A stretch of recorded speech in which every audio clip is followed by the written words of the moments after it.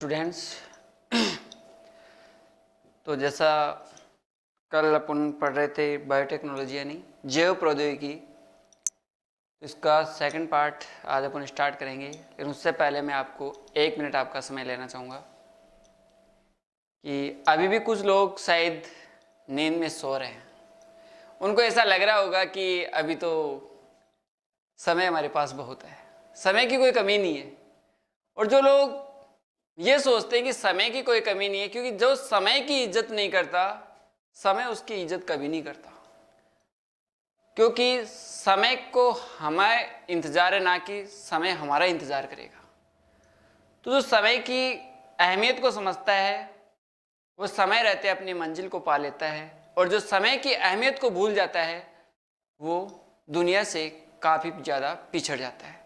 तो अपने को पिछड़ना नहीं है, दुनिया की से आगे नहीं तो कम से कम दुनिया के साथ तो अपने को चलना है। क्योंकि ये कोविड-19 जो महामारी है, इसका अभी अनिश्चितकालीन, मुझे नहीं लगता है कि 1 अगस्त से भी शायद आपकी ऑफलाइन क्लासेज स्टार्ट हो जाए। तो क्यों ना हम अपने समय का सदुपयोग करें और 2021 बोर्ड एग्जाम के लिए जो आपका सुनहरा जो फ्यूचर आपका वेट कर रहा है, उस सुनहरे फ्यूचर को बनाने के लिए अपन अपने आज को संवारें। और अपने आज को आपने संवार लिया तो आने वाला भविष्य आपके लिए उज्जवल होगा। तो उस उज्जवल भविष्य के लिए आज ही आप लोग नोबल एजुकेशन ग्रुप की ऑनलाइन क्लासेस को ज्वाइन करें और अपनी स्टडी को कंटिन्यू रखें। आप चिंता ना करें, चाहे ये लॉकडाउन कितना ही लंबा चलता रहे, आपके साल भर की क्लासें यूं ही चलती रहेगी।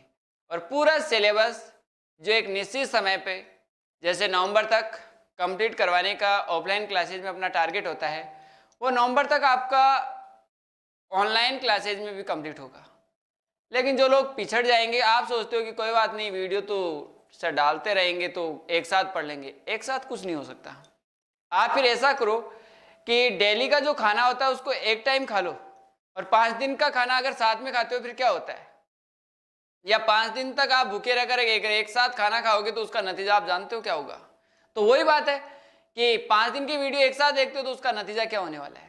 तो ऐसा ना सोचे, अपने को डेली का अपना जो रूटीन वर्क है उसको डेली में चलाना है और अपनी क्लासेस को कंटिन्यू रखना है। तो अपना कल जो पुनर्योगज डीएनए का निर्माण अपन ने पढ़ा था, आज अपन पढ़ेंगे कि उसी पुनर्योगज डीएनए का अगर निर्माण अगर प्रतिबंधन एंजाइम की सहायता से किया जाता है तो कैसे किया जाता है। तो टॉपिक होगा प्रतिबंधित एंजाइम के द्वारा पुनर्योगज डीएनए का निर्माण करना।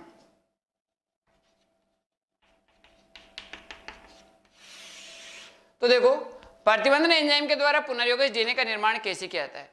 तो आगे अपन प्रतिबंधन एंजाइम का नामकरण भी पढ़ेंगे। तो प्रतिबंधन एंजाइम के द्वारा पुनर्योगज डीएनए का निर्माण करने के लिए आपको पता होगा कि प्रतिबंधन एंजाइम अपन ने ले लिया, जैसे इको आर फर्स्ट। अगर इको आर फर्स्ट एक प्रतिबंधन एंजाइम लिया और अगर इस एंजाइम की सहायता से पुनर्योगज डीएनए का निर्माण करवाए तो कैसे करवाए।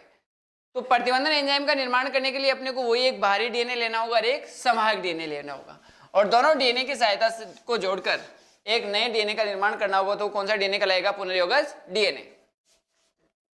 तो जैसे ये है एक अपना समाहक डीएनए।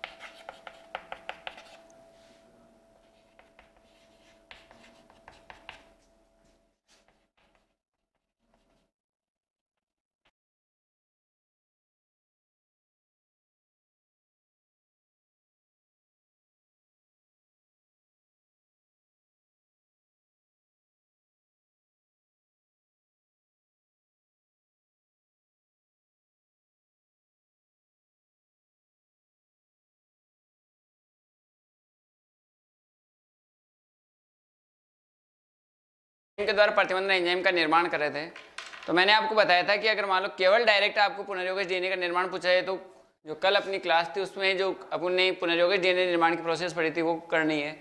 और अगर आपको प्रतिबंधन एंजाइम का नाम देके पूछ लिया जाए या यूं कह दिया जाए कि इकोआरफेस्ट एंजाइम की क्रियाविधि को समझाइए, तो अपने को किस प्रकार से करना है? तो इकोआरफेस्ट एंजाइम जो है, ये इकोआरफेस्ट जो एंजाइम है ये क्या करता है, ये डीएनए के विशिष्ट अनुक्रम, जैसे मान लो ये कोई डीएनए है, इस डीएनए के विशेष अनुक्रम यानी GAATTC, इन 6 अनुक्रमों में से ये G और A को पहचानता है, और G और A को पहचान कर इसको क्या करता है, ये G और A के मध्य से, यानी इन 6 अनुक्रमों को पहचान कर इसको G और A के मध्य से काटेगा। ठीक है, तो इस G और A के मध्य से काटने के पश्चात इसमें जो 2 नए छोर बन जाएंगे, इसको अपन कौन से छोर कहेंगे? चिपचिपे छोर के नाम से इनको जाना जाएगा। तो इन दोनों को बाहरी और संवाहक डीएनए को अपने क्या किया, इकोआरफेस्ट एंजाइम की सहायता से इसको काट दिया, और इकोआरफेस्ट एंजाइम की सहायता से काटने के पश्चात इसमें 2 अलग अलग किनारे बन गए, 2 अलग अलग छोर बन गए। इन 2 अलग अलग छोरों या किनारों को क्या करते हैं कि लाइगेज एंजाइम की सहायता से जोड़ दिया जाता है, और लाइगेज एंजाइम की सहायता से जोड़कर जो नया डीएनए बनाया जाता है वो कौन सा डीएनए कहलाता है? पुनर्योगज डीएनए कहलाता है। तो इस प्रकार से अपन ने प्रतिबंधन एंजाइम की सहायता से किसका निर्माण कर लेते हैं? अपन पुनर्योगज डीएनए का। तो इसकी अपन विधि कैसे करेंगे कि इस प्रक्रिया में सर्वप्रथम क्या करते हैं कि एक संवाहक और एक बाहरी डीएनए को इकोआरफेस्ट एंजाइम की सहायता से क्या कर दिया जाता है? काट दिया जाता है। इकोआरफेस्ट एंजाइम क्या करता है कि डीएनए के विशिष्ट अनुक्रम GAATTC को पहचानते हुए इस अनुक्रम में यह G और A के मध्य से डीएनए को क्या कर देता है? काट देता है। और G और A के मध्य से डीएनए खंडों को काटने के पश्चात डीएनए के 2 अलग अलग खंड बन जाते हैं, जिनको अपन चिपचिपे छोर के नाम से जाना जाता है। इन चिपचिपे छोरों को क्या करते हैं कि लाइगेज एंजाइम की सहायता से जोड़ दिया जाता है, और लाइगेज एंजाइम की सहायता से जोड़कर एक नया डीएनए खंड तैयार कर लिया जाता है, और इस नए डीएनए को कौन सा डीएनए कहा जाता है? पुनर्योगज डीएनए के नाम से जाना जाता है। तो इस तरह से अपने 2 अलग अलग विधियों के द्वारा पुनर्योगज डीएनए का क्या कर लिया? निर्माण कर लिया। कि पुनर्योगज डीएनए का निर्माण कैसे करते हैं, और एक है कि प्रतिबंधन एंजाइम की सहायता से पुनर्योगज डीएनए का निर्माण कैसे किया जाता है। तो इस तरह से अपने को दोनों क्वेश्चनों की लैंग्वेज के आधार पर दोनों का अलग अलग क्या करना होता है? आंसर देना होता है। इसके बाद में अगला टॉपिक होगा अपना प्रतिबंधन एंजाइम का नामकरण, कि प्रतिबंधन एंजाइम का नामकरण कैसे किया जाता है, वो पढ़ेंगे अपन कल।